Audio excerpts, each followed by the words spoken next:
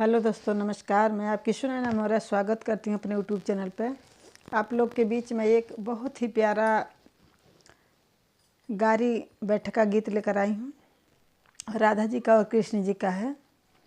राधिका जी जब यमुना नहाने जाते हैं, कृष्ण जी कैसे चीर चुरा कर ले जाते हैं। आप लोग गारी के माध्यम से सुनिए, बहुत ही प्यारा गारी है और ज़्यादा से ज़्यादा आप लोग सपोर्ट करिए। और गारी गीत अच्छा लगे तो लाइक सब्सक्राइब ज़्यादा से ज़्यादा शेयर करें। कमेंट बॉक्स में ज़रूर बताएं कैसा लगा। घरे घरे राधा प्यारी सखिया बटोर हो, घरे घरे राधा प्यारी सखिया बटोर हो।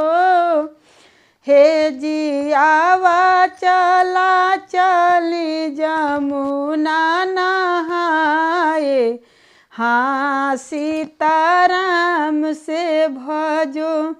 हे जी आवा चला जमुना नहाए, हाँ सीताराम से भजो। जमुना के तट पर ठाढ़ कन्हैया हो, जमुना के तट पर ठाढ़ कन्हैया हो। हे जी के थुआ के ओलते नहाई, हाँ सीताराम से भजो। हे जी के तुआ के ओलते नहाई, हाँ सीताराम से भजो।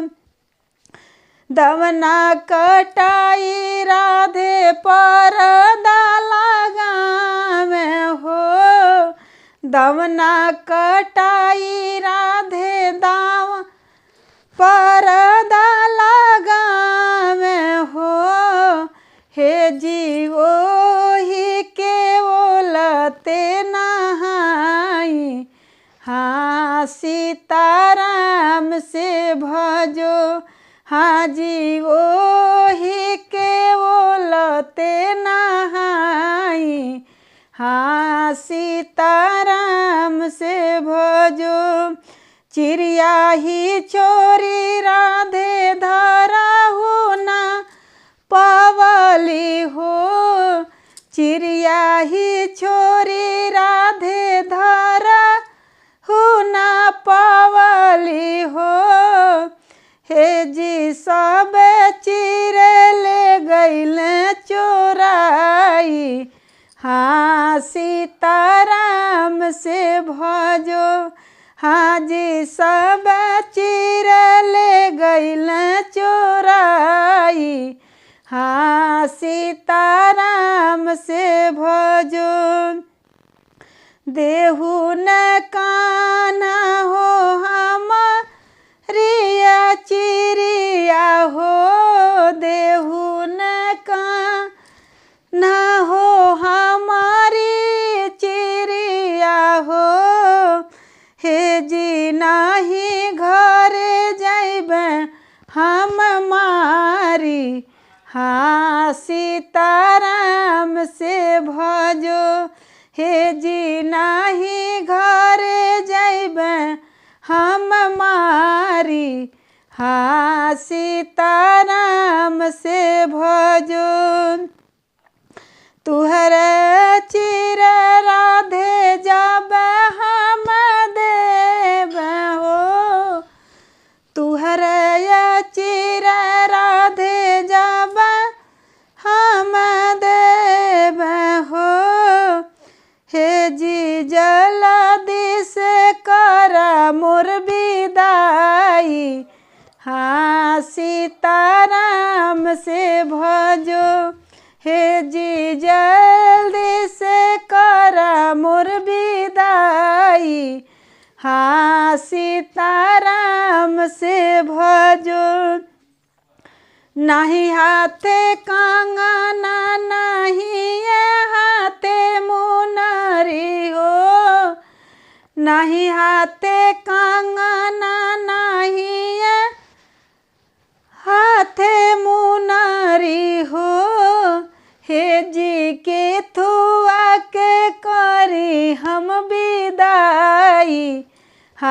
हाँ सीताराम से भजो हे जी के थुआ के करी हम विदाई। हाँ सीताराम से भजो नाही हाथे कंगना नाही ये हाथे मुनरी हो। नहीं हाथे कंगना नहीं ये हाथे मुनरी हो। हे जी के थुआ के करबू विदाई। हाँ सीताराम से भजो हे जी के थुआ के करबू विदाई। हाँ सीताराम से भजो घरे घरे राधा प्यारी सखिया बटोरे हो।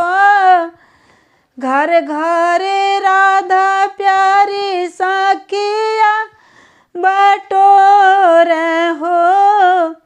हे जी चला चले गंगा जी नहाए। हाँ सीताराम से भजो। बहुत बहुत धन्यवाद।